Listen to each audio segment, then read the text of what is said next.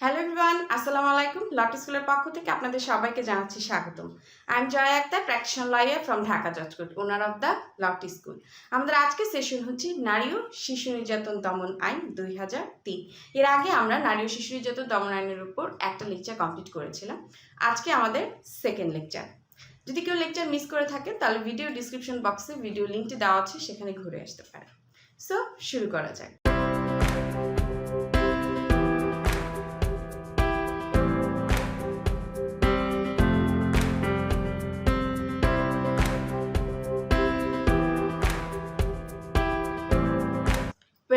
আজকে আমরা নারী ও শিশু নির্যাতন দমন আইনের মূল যে শাস্তি, সেই শাস্তির ধারায় ঢুকে যাচ্ছি। এর আগে আমরা দহনকারী পদার্থ দ্বারা যদি কেউ কোনো নারীর মৃত্যু ঘটায় তাহলে তার শাস্তিটা কি, এছাড়াও কেউ যদি নারী ও শিশুকে আপনার অপহরণ করে তাহলে তার শাস্তিটা কি, এবং অপহরণ করার পর যদি মুক্তিপণ দাবি করে তখন সেই ক্ষেত্রে তার শাস্তি কি, সেগুলো নিয়ে আলোচনা করেছিলাম। আজকে আমরা দেখব মোস্ট ইম্পর্টেন্ট সেকশন 9, অর্থাৎ 9 ধারার মধ্যে আমরা ধর্ষণ এবং ধর্ষণের শাস্তি সম্পর্কে আলোচনা করব। 2020 সালের 13ই অক্টোবর যে সংশোধনীটা আনা হয়, এই সংশোধনীতে এই 9 ধারাটাতে কিছুটা পরিবর্তন আনা হয়। এখানে 9 ধারার যে মূল পরিবর্তনটা আনা হয়, এখানে বলা হয় যে ধর্ষণের একমাত্র শাস্তি হিসেবে এখানে গণ্য করা হয় মৃত্যুদণ্ডকে, যেটা আগে যাবজ্জীবন কারাদণ্ড এবং 10 বছরের কারাদণ্ড ছিল, সেটা এখন বর্তমানে পরিবর্তন করে আনা হয়েছে মৃত্যুদণ্ড অথবা যাবজ্জীবন কারাদণ্ড প্লাস অর্থদণ্ড। এই বিষয় নিয়ে আজকে আমরা আলোচনা করব। ফার্স্টেই ধর্ষণ বলতে আপনারা সবাই কম বেশি জানেন, এবং 16 বছরের নিচের যদি কেউ কোনো ব্যক্তিকে আপনি যদি সম্মতি নিয়ে বা সম্মতি ছাড়াও যদি তার সাথে ফিজিক্যাল রিলেশন করেন, তবুও কিন্তু সেটা ধর্ষণের আন্ডারে পড়বে। এখানে ধারা 9 যে কথাটা বলা হচ্ছে, আপনার যদি কেউ ধর্ষণ করে থাকে, অর্থাৎ যদি কোনো ব্যক্তি কোনো নারীকে ধর্ষণ করে থাকে বা কোনো শিশুকে ধর্ষণ করে থাকে, তখন সেই ক্ষেত্রে তার শাস্তি হচ্ছে আপনার মৃত্যুদণ্ড বা যাবজ্জীবন কারাদণ্ড প্লাস অর্থদণ্ড। আচ্ছা, যদি ধর্ষণের ফলে মৃত্যু হয় তবে সেই ক্ষেত্রে শাস্তির বিধান করা হচ্ছে এই ধারা 9-এরই সাবসেকশন 2, অর্থাৎ 2 উপধারার মধ্যে বলা হচ্ছে আপনার সেক্ষেত্রে তার শাস্তি হবে মৃত্যুদণ্ড বা যাবজ্জীবন কারাদণ্ড প্লাস 1 লক্ষ টাকা অর্থদণ্ড। আচ্ছা, তাহলে আমরা দেখলাম শুধুমাত্র ধর্ষণের শাস্তি হবে আপনার মৃত্যুদণ্ড বা যাবজ্জীবন কারাদণ্ড।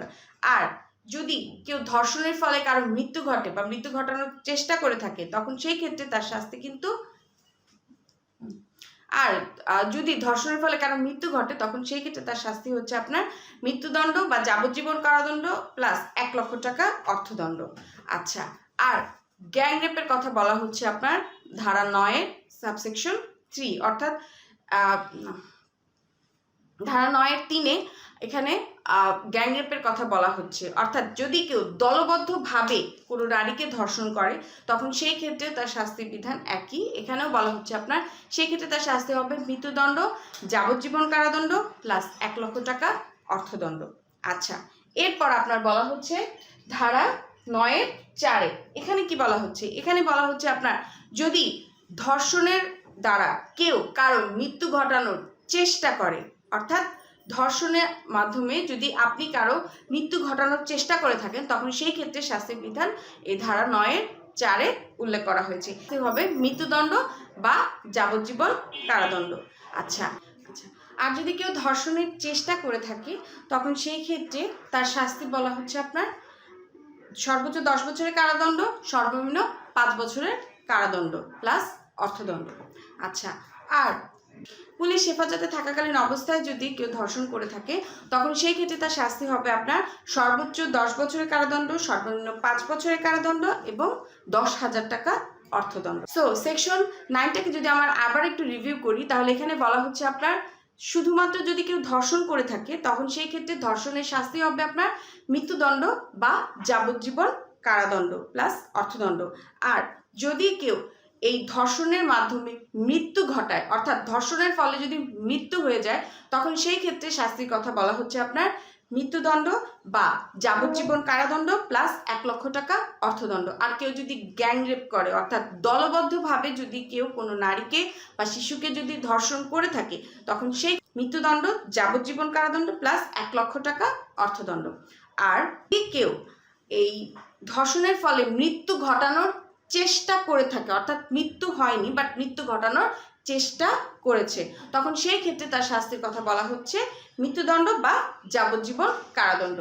আর যদি কেউ ধর্ষণের চেষ্টা করে থাকে তাহলে সেক্ষেত্রে তার শাস্তি হবে সর্বোচ্চ 10 বছর, সর্বনিম্ন 5 বছরের কারাদণ্ড প্লাস অর্থদণ্ড।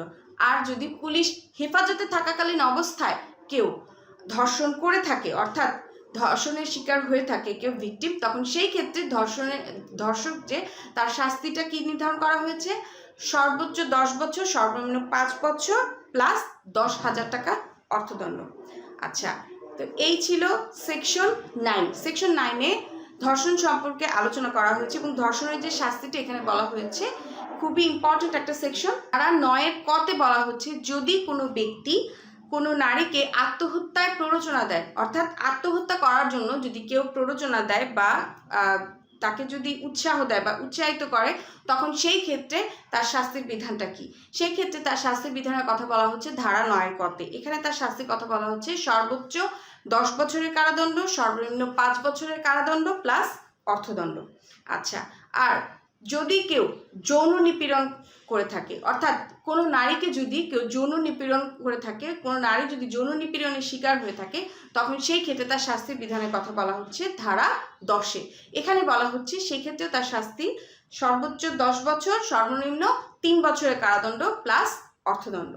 আচ্ছা, এই ধর্ষণের যে শাস্তিগুলো এগুলো কিন্তু কিছুটা একই টাইপের। সো একটু যদি আপনার একই ধরনের শাস্তিগুলো যদি একসাথে মিলায় পড়েন তাহলে আপনাদের জন্য বুঝতে সুবিধা হবে এবং মনে রাখতেও সুবিধা হচ্ছে। আচ্ছা, তো এই ছিল আমাদের আজকের সেশন। সেশনে আমরা এই বিচার প্রক্রিয়াটা সম্পর্কে আলোচনা করব, অর্থাৎ নারী ও শিশু নির্যাতন দমন আইনের ট্রাইব্যুনালটা কেমন হবে, বিচার প্রক্রিয়াটা কেমন হবে, তদন্ত অনুসন্ধান বা ইনভেস্টিগেশনটা কেমন হবে, সেই বিষয়গুলো নিয়ে আলোচনা করব। সে পর্যন্ত ভালো থাকবেন, সুস্থ থাকবেন। আসসালামু আলাইকুম।